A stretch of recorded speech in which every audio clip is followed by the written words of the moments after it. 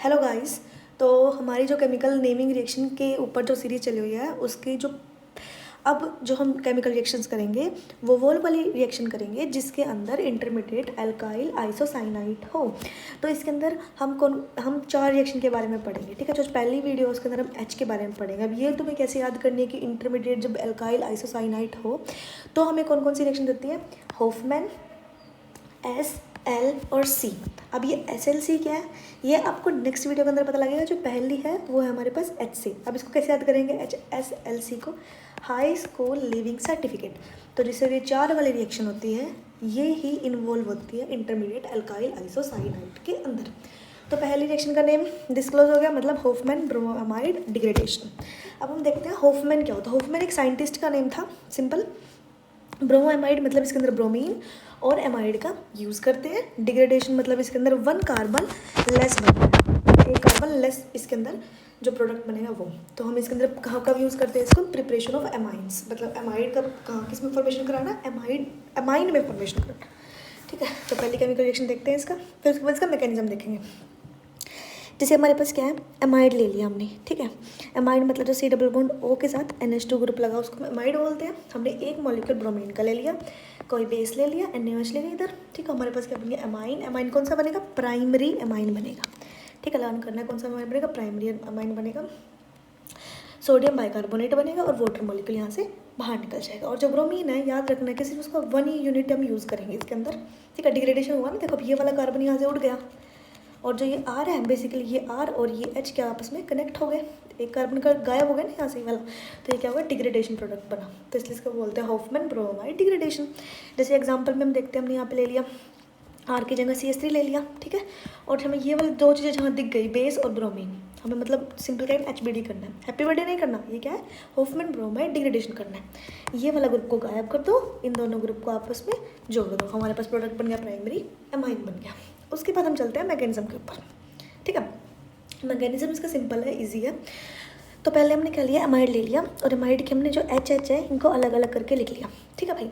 अब NaOH है, NaOH के अंदर हमने OH नेगेटिव को बाहर, OH नेगेटिव देगा ही NaOH, तो OH नेगेटिव, ये नेगेटिव अपने इलेक्ट्रॉन्स इसको देगा और ये यहाँ से अपने इसको दे देगा, तो ये यहाँ से बाहर निकल जाएगा। इसको मतलब इसको अटैच कर लेगा ना आपस में, यहाँ से क्या निकलेगा? वाटर मॉलिक्यूल बाहर निकल जाएगा यहाँ से, ठीक है। तो यहाँ पे नेगेटिव चार्ज वो हो गया, जनरेट हो गया। उसके बाद जो हमारे पास 1 मॉलिक्यूल था ब्रोमीन का, यहाँ पर क्या होगा? डाइपोल इंड्यूस हो जाएगा। नेगेटिव चार्ज को देखकर इसने अपने डाइपोल इंड्यूस कर लिया, मतलब यहाँ पार्शली पॉजिटिव चार्ज आ गया, पार्शली नेगेटिव चार्ज आ गया। अब ये negative charge partially positive charge पे रिएक्शन करा देगा और यहाँ से ब्रोमीन बाहर निकल जाएगा, ठीक है भाई। अब उसके बाद तो एक ब्रोमीन तो यहाँ आके लग गया। अब उसके बाद दोबारा बेस, क्योंकि बेस तो बिकर के अंदर, मैं तुम्हें बताती हूँ ना कि हर एक केमिकल रिएक्शन एक बिकर के अंदर होती है, तो बिकर के अंदर बेस तो पहले भी प्रेजेंट है, अभी भी प्रेजेंट है, ठीक है। तो अब क्या करेगा? जो दूसरा ये वाला H है इसको, ये एसिडिक H है। अब ये H क्यों निकला? ये H ही क्यों निकला? क्योंकि देखो ये वाला जो H है ना ये एसिडिक H है, क्योंकि इलेक्ट्रोनेगेटिव ग्रुप से ये अटैच है, तो ये क्या हो गया? एसिडिक H हो गया। तो इस वजह से हमने इस वाले H को निकाला। यहाँ से फिर इसने क्या करा? H को निकाल दिया, एसिडिक H को, फिर नेगेटिव चार्ज राइज हो गया, फिर ऐसे बन गया ये सिस्टम, ठीक है भाई। अब जो नेगेटिव चार्ज है ये डीलोकलाइज करेगा पाई इलेक्ट्रॉन ऑफ इस पे, ऑक्सीजन पे कर दे डीलोकलाइज। अब क्या होगा? ये वापस यहाँ से आएगा, अपने इलेक्ट्रोनेगेटिव इसको देगा, तो यहाँ से कुछ ना कुछ रिमूव होएगा, ये इसको देगा, देन यहाँ से ये R ग्रुप यहाँ से रिमूव हो जाएगा और ये R ग्रुप जाके यहाँ अटैच हो जाएगा। तो ये एक मतलब इसकी मेन स्टेप है कि इसके अंदर होता है कैसे बनती है, तो ये चीज़ हमें लर्न करनी है, ठीक है। तो इसके बाद ये डिटरमाइनिंग स्टेप होता है जहाँ पर जो नेगेटिव चार्ज है नाइट्रोजन का, सारे हाइड्रोजन निकालने के बाद जब वो डीलोकलाइजेशन के अंदर जाता है, ये बहुत इंपॉर्टेंट स्टेप है। तो इसने डीलोकलाइजेशन कर दी, तो मतलब यहाँ से R ग्रुप बाहर निकल गया, तो R नेगेटिव की फॉर्म में बाहर निकला, ये रहा हमारे पास R। तो फिर R ने N पे रिएक्शन करा और ब्रोमीन अच्छा लिविंग ग्रुप है, तो यहाँ से बाहर भाग गया, ठीक है। तो हमारे पास क्या बन गया? सिंपल ये बन गया, ठीक है। अब ये है हमारे पास जो इंटरमीडिएट है, जो मैं आपको बार बार बता रही हूँ ना कि ये इंटरमीडिएट कितने 4 रिएक्शंस के अंदर बनता है, HSLC high school leaving certificate. इनके अंदर बता, पहले हम हॉफमैन आपको करा रहे हैं, ये वाले हम बाद में बताएंगे आपको, तो ये वाले हम तो करा रहे हैं।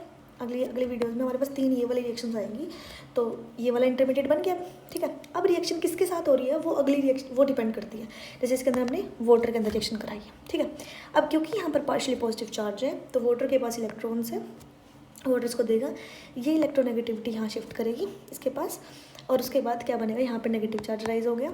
अब वाटर ने अपने इलेक्ट्रॉन देते हैं, पॉजिटिव आ गया। पॉजिटिव को कंपनसेट करने के लिए हाइड्रोजन ने अपने इलेक्ट्रॉन दे दिए और खुद इसके पास से अटैच हो गया। जो इलेक्ट्रॉन निकला सिर्फ वही वाला देगा, ठीक है। ये लग गया तो यहाँ पे NH हो गया।